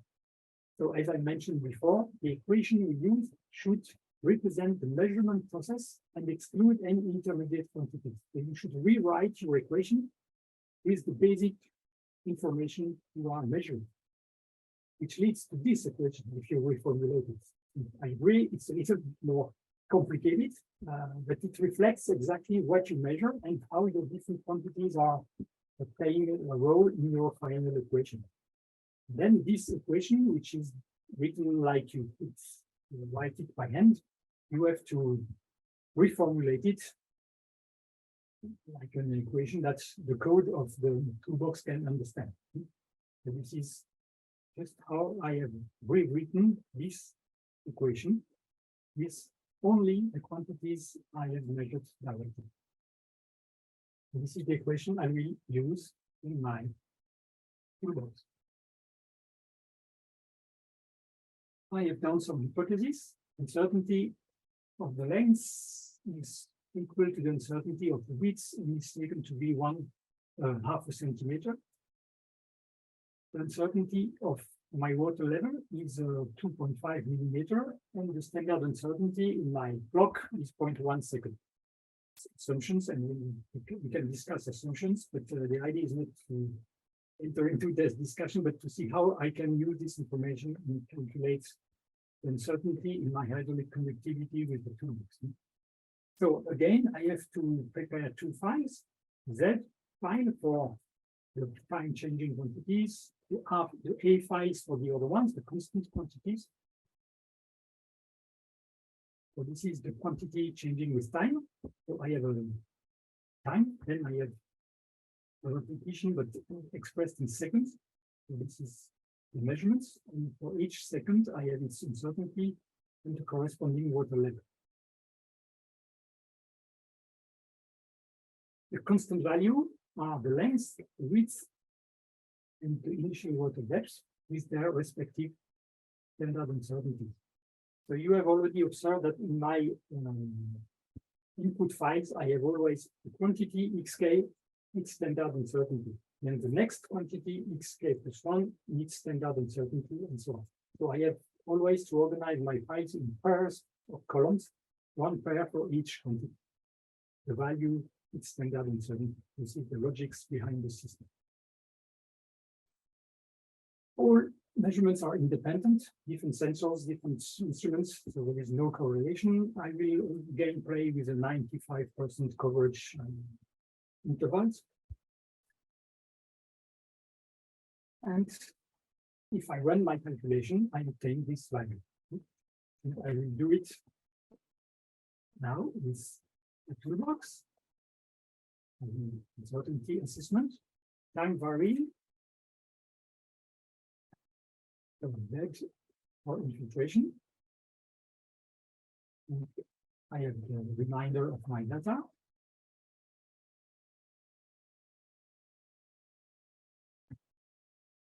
Same for the constant values, infiltration. I have everything, it's correct, fine. My equation.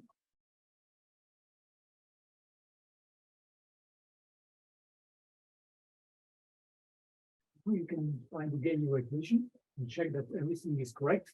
It's not the right moment to check. It should be checked before, but you can have a look and you confirm. My correlation matrix is in the diagonal ones, as I've shown before. Okay, I have everything and I run my calculation. And I have all my values. And if I download the results, I have this file that we can look at it quickly. Oops.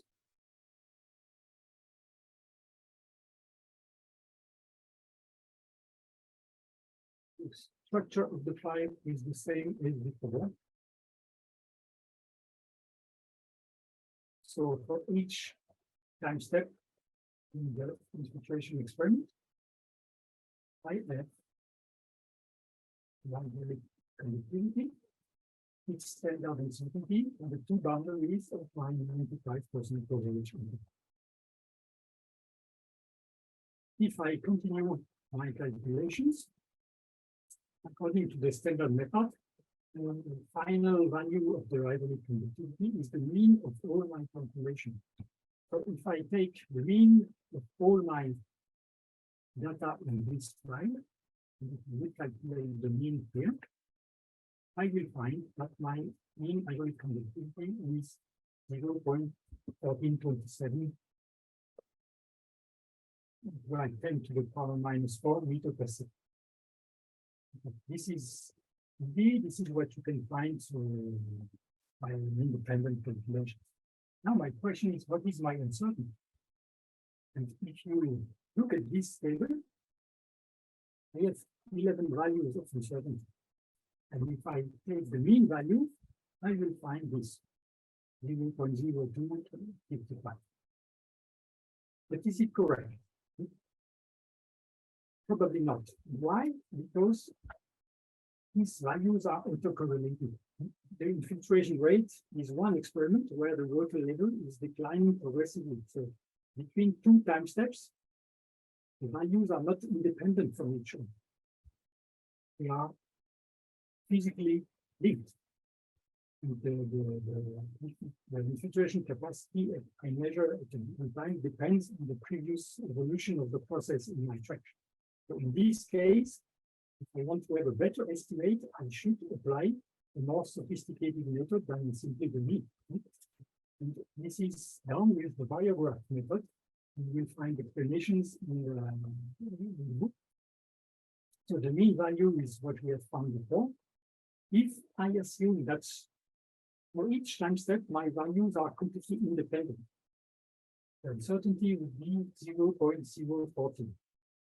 But this is the wrong assumption. My values are correlated with time to each other.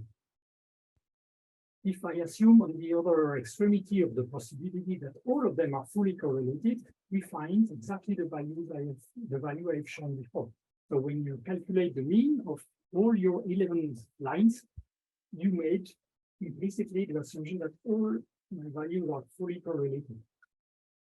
But in this case, it's a little bit exaggerated because the first value is highly correlated with the second one, also with the third one, but the 11th value is not strongly correlated with the number 1. A little bit less with the number 2, and more with the number 10 and 9. So the biograph method is a way to include the correlation only over the time horizon over which the correlation is significant. If you run this method, you have this slightly lower value of uncertainty, which is 0.022 or 23. And how you can do that with the UDMT?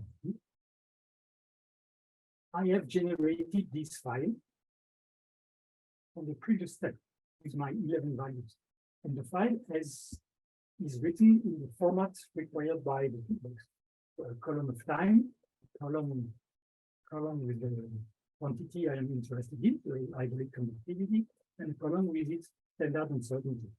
So I can directly reuse this file in my next step. And in my next step, I will do something like that. Uncertainty assessment. And now I will use uncertainty on cumulated value. But I will use in a special way. I will not cumulate the 11 values, but the mean is the sum divided by the number of values.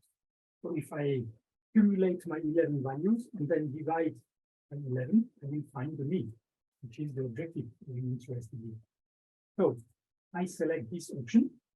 I need only to introduce the file I am interested in. So this is the file I have downloaded before. it's uploaded. I can check, yes, everything is correct. I click on OK, and I run my calculation. And immediately you have the three values without correlation, with full correlation, and calculated with the variograph method. And once again, you can download your results. Okay, I'll do it.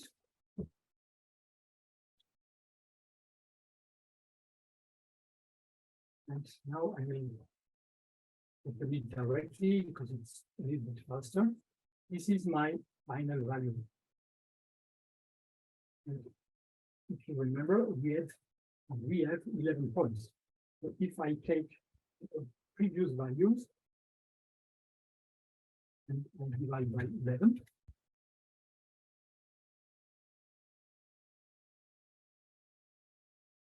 you find that mean hydraulic conductivity is this value, and the standard deviation, this uncertainty is there.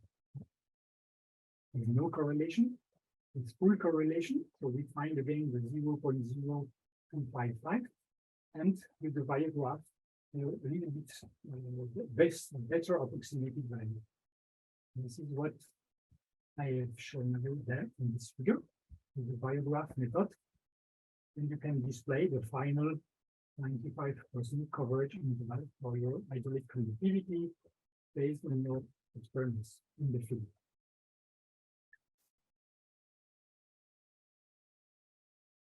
Okay, this is the end of this example. It was to show you how to prepare your data, the format of the files, how you use it in simple cases, how you can apply it for time series, and how you can also get more sophisticated approaches, how you have to reformulate or rewrite your equations to include directly all the measured value. And this allows you to estimate your uncertainties in all your measurements.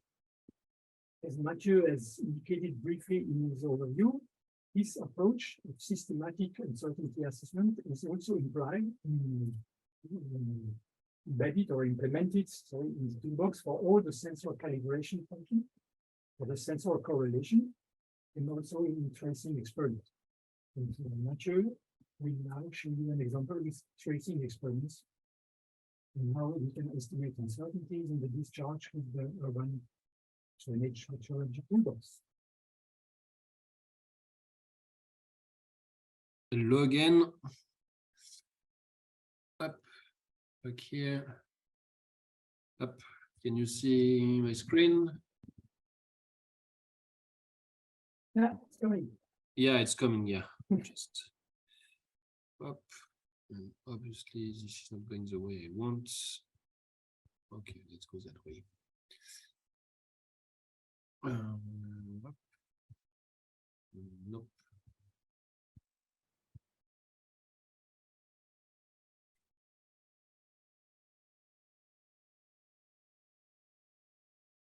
So I don't know if you use or if you know tracing experiments, but in a very small sentence, that's the best way to know if your flow meter is giving you proper value or not, and it's completely independent of the hydraulic condition you have in the flow. So there is no real bias due to velocity distribution and so on.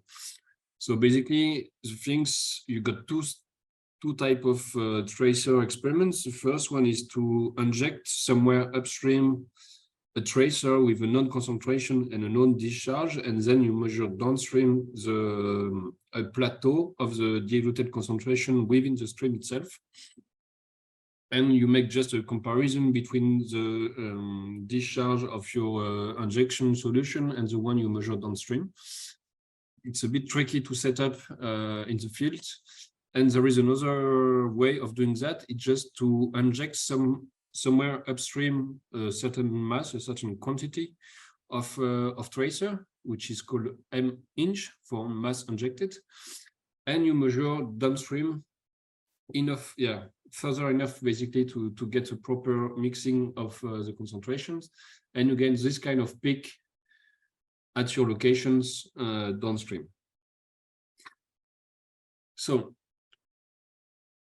the math behind that, it's just a classical mass balance, assuming that there is no loss or no extra add of the tracer concentration during the experiment and along the ridge between the upstream position and the downstream position. So we just start by this very basic equation, claiming that the injected mass is equal to the measured mass. And when you develop a bit more the equation, you can assess the discharge with the equation down. Which means the discharge basically is just the ratio between the injected mass, so it's a concentration times the volume, divided by the sum from the beginning until the end of the peak of the measured concentrations times the time step, basically. So it's very basic, very useful, and yeah, not too complicated to set up. And we got a tool within MATLAB and the toolbox we developed just to do that, basically. So what you will need is to run the setup. Let me check where we are. App designers. No, it's not this one. MATLAB app. Where is my MATLAB? MATLAB app is here somewhere. I will just close that screen. You go back to the console. Oh, just checking some calculation. You go to tracer experiments, tracing experiments. And as I said before, so you will have the background noise before the peak itself, and the background noise after the peak.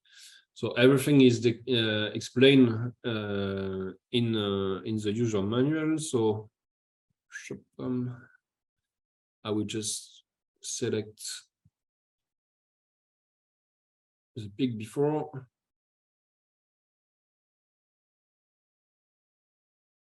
Obviously, this is not running when we are doing some tests. Oh, yeah, okay, good.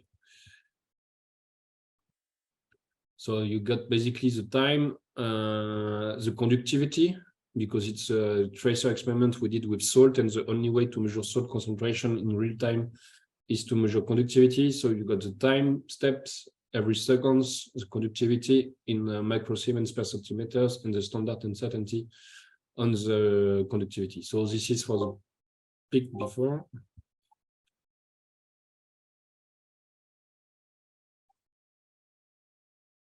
Well, you have to restart because I clicked twice on something.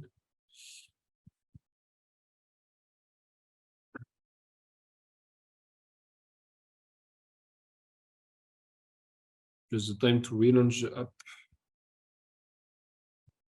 And I will be back home.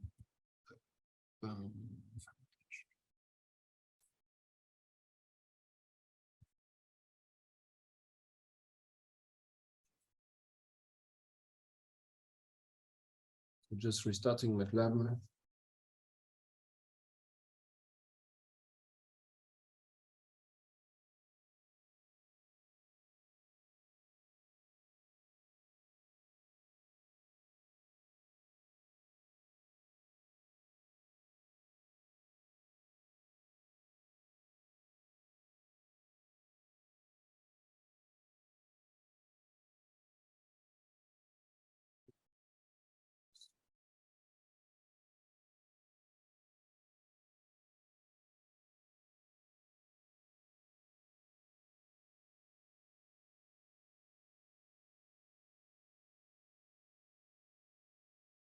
So MATLAB is restarting, it's a bit slow.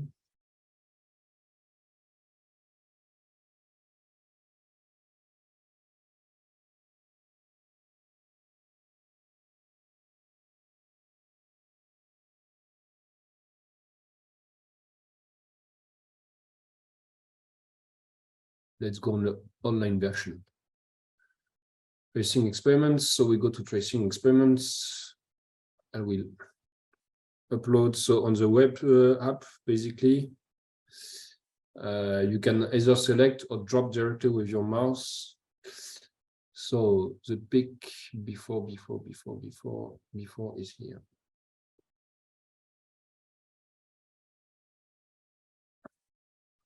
So the uploaded data I show you. the peak.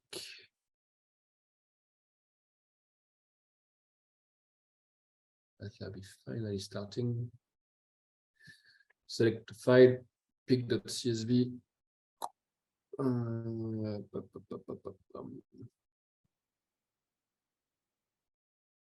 Same things. Do you still see my screen? Yes. Yes. Yeah, good.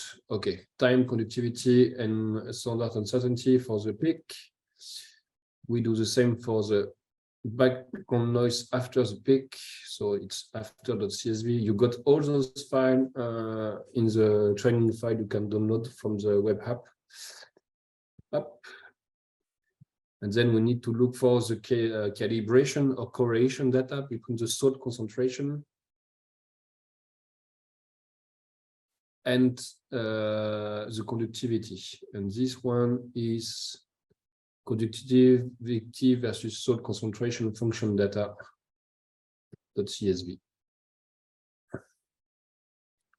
Okay, and here you have the output of one step of the first toolbox. Basically, you got the file, you check this is going on. So the time step we saw, it was 1 second. It's not a continuous injection, it's a one-shot injection.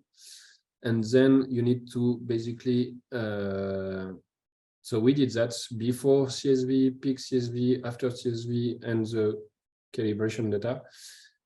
Injection data one shot, we got a concentration of 180 grams per liter, standard uncertainty of 1 gram per cubic meters, and the 10 liters injected and the standard uncertainty.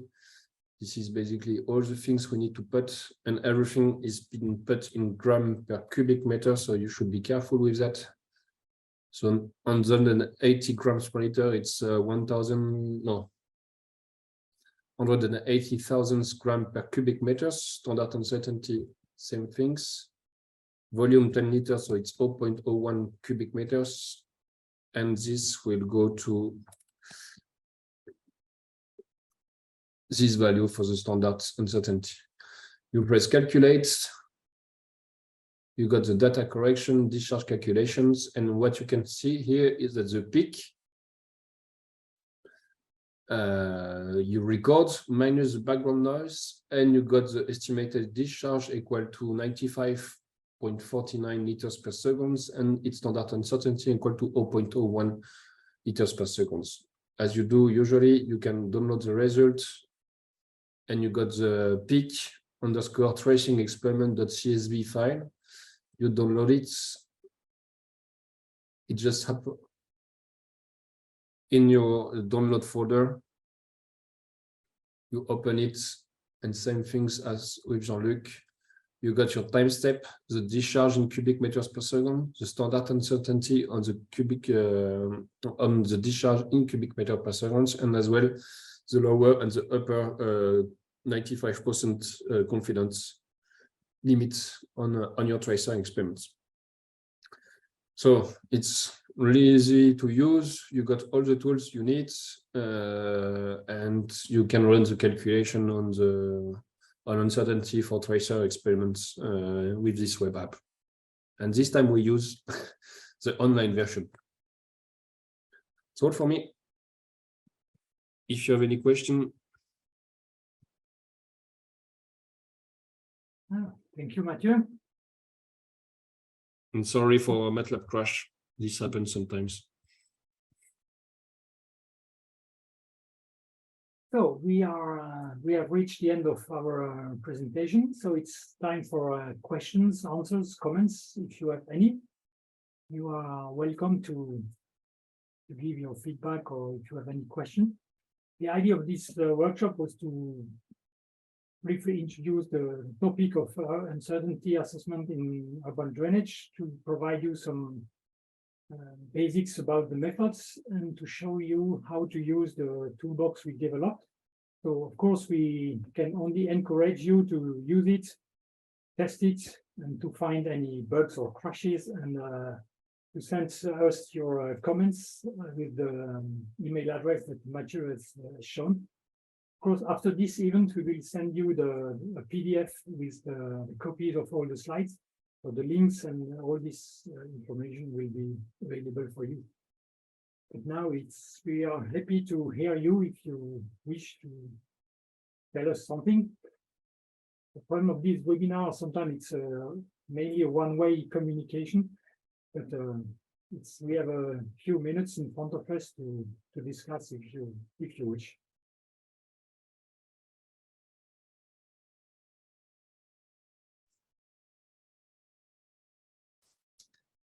Perhaps some of you could explain if they do it, if they are used to do it, and if they have some tools, or how useful it would be because there is no other tools.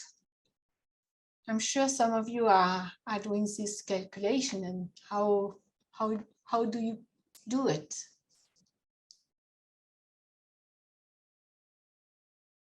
Oh, Rob said you're very clear. Thank you, Rob. Thank you, Rob. Yeah, the main goal is to invite people to systematically run uncertainty assessment in urban drainage. There are other fields where it would be even forbidden to publish any paper without a proper uncertainty assessment.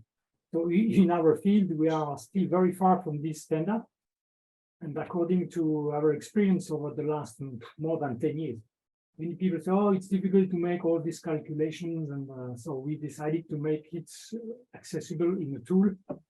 So you don't need to code anything, just provide the necessary information, which is something we can't do for you or instead of you. But once this information is delivered, now the tool allows you to make the calculations, even some complex calculations, sometimes automatically.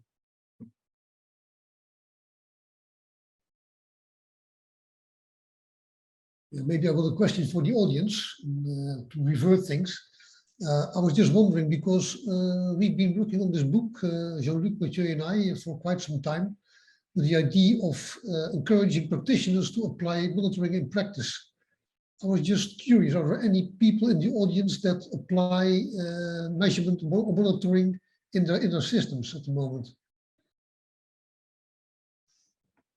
Or is it still a kind of thing in the far future?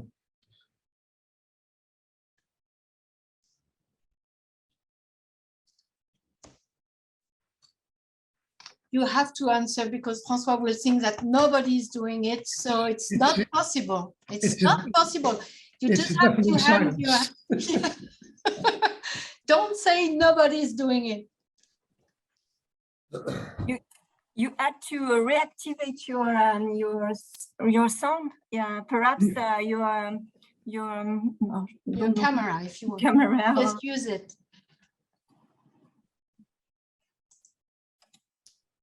I can do this, but it's wrong. I'm not doing any uncertainties evaluation.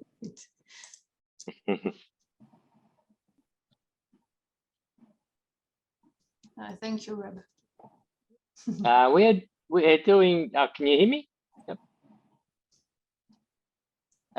Yeah, we're doing a fair bit of monitoring. I think it is a lot of the uncertainty sort of work is done further on with the researchers rather than me at the technical level. But yeah, we've been relying a bit on the information from the suppliers of the sensors for, the accuracies to put them in rather than doing a lot of determination of that ourselves. But I think we need to do a bit more of that. Yeah, I can't judge that, but I'm pretty sure that it is worthwhile to increase your own knowledge. Yeah. And really be able to assess also the whole procedure of calibrating your sensors, doing the right thing in data validation is also quite important. Yeah, we've been doing it at a basic level, but a lot of our stuff is really comparative. But yeah, I think perhaps we need to go deeper. Well, it's a start, so that's quite encouraging. Because to my knowledge, there are not many practitioners doing this at the moment. Especially with low-cost sensors coming in, because you get less data coming in with our data now. Our data sheets aren't really reliable. True. Anybody else? Because I can't imagine that only one organization is doing this. Maybe not the right example, but I'm hoping at the TU Delft campus, we have our own sewer system. So I'm hoping to integrate with education as well, some research here, but we need to get some money to buy sensors and play around. But there's the hope in the future to do it. So you are mentioning that, well, I do know quite a lot about the TU campus by accident. And I do know there's monitoring when you lift a manual, you're being monitored. So there is some sensing there. But then again, anybody else apart from university campuses? Now wanted to speak, I think. Yeah. Well, yeah, I have met this research team, also the group of authors of that book like 2 years ago in a workshop. So after that, I applied some of the methods into the monitoring system of a site in Paris called Sensor City. And we try to evaluate the uncertainty of measurement of each separate sensor. But overall, like the main uncertainty of the system, we haven't do it. So perhaps like we take this book like a Bible of doing the research and evaluate the uncertainty. So perhaps the next step is try to combine the overall the performance and the overall uncertainty of this whole water balance system. And yeah, that's what we are going to do and what I'm doing now. Thanks for the webinar. And maybe one last open question to the audience. What should we do or should be done to popularize monitoring overall? Because I'm not just talking about the uncertainty analysis, but to have people starting to be interested in the actual performance of their systems. Should we have legislation? Should people be forced to do it, like they're now planning in the UK, which has some quite harsh legislation underway? Is that the way to go?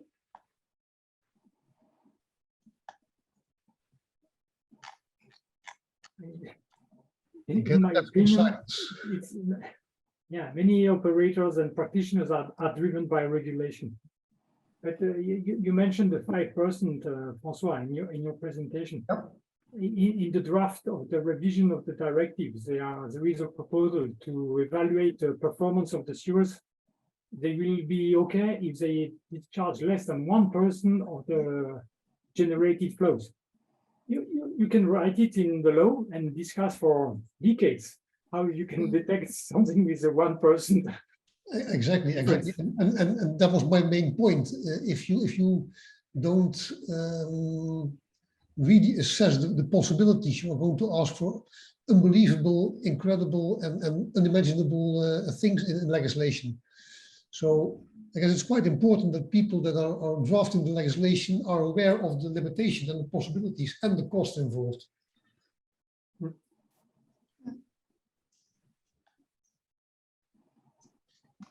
And that's a big risk, because I can imagine that if you are in charge of urban drainage systems, normally I would say you should be interested in the actual performance and keep that up to date as a kind of well, normal way to manage the things you're responsible for. And if you don't start monitoring yourself and get experience, then you will have legislators who are not interested in limitations, and they put unreasonable demands upon you. So maybe that can be an incentive to start monitoring and gain experience.